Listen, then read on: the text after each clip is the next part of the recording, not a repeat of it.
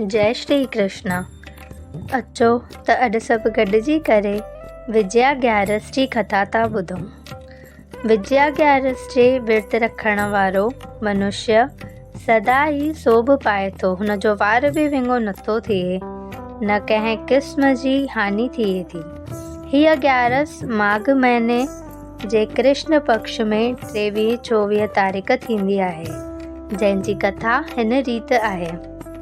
जॾहिं श्री रामचंद्र महाराज 14 साल वनवास भोगण लाइ तपोवन ॾांहुं वियो, तॾहिं हू सीता ऐं लक्ष्मण समेत रहण लॻियो। दुष्ट रावण सीता खे उतां खणी पंहिंजी लंका में वठी आयो। श्री रामचंद्र बानर सेना वठी लंका ते चढ़ाई करण जो इरादो कयो, पर अगाध समुंड जे हुअण करे श्री रामचंद्र लश्कर समेत समुंड जे उन भर वञी न सघियो। तॾहिं लक्ष्मण खे पाण सां वठी श्री रामचंद्र बगदाल्य भय ऋषिअ जे आश्रम ते आयो ऐं हुन खे प्रणाम करे पंहिंजे दिलि जो सारो हाल चई ॿुधायईं ऐं वेनती कयईं त हे ऋषिवरो, अहिड़ो को उपाय ॿुधायो जीअं हिन अगाध समुंड खे लताड़े रावण खे मारे सीता खे हथ कजे। श्री रामचंद्र जी दुखी हालत ॾिसी बगदाल्य ऋषिअ खे दया आई। तंहिं घणो सोच वीचार करण खां पोइ श्री रामचंद्र खे चयो त हे राम जी, हिन माघ महीने जे विजया ग्यारस जे विर्त रखण सां दुश्मन ते ज़रूरु सोभ पाए सघंदा। हिन ग्यारस जो विर्त सभिनी विर्तनि में श्रेष्ठ आहे। हाणे विर्त रखण जी विधि ॿुधो।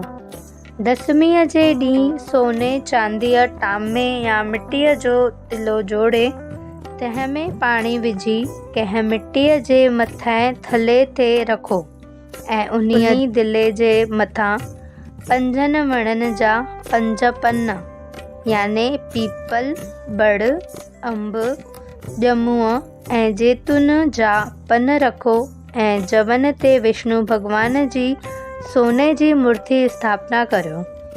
लक्ष्मी नारायण जो पूजन करे सारी राति जागृतो करियो। 12 ॾींहुं उहो दिलो कंहिं ब्राह्मण खे दान कजे। ॿियो बि जेकी यथाशक्ति पुॼी सघे कंहिं सुशील ब्राह्मण खे ॾिजे। अहिड़ीअ तरह विर्त रखण करे तव्हांजी ज़रूरु सोभ थींदी। श्री रामचंद्र महर्षिअ जे आज्ञा अनुसार विर्त रखियो। विजया ग्यारस जे पुण्य जे प्रताप करे उन जी जीत थी।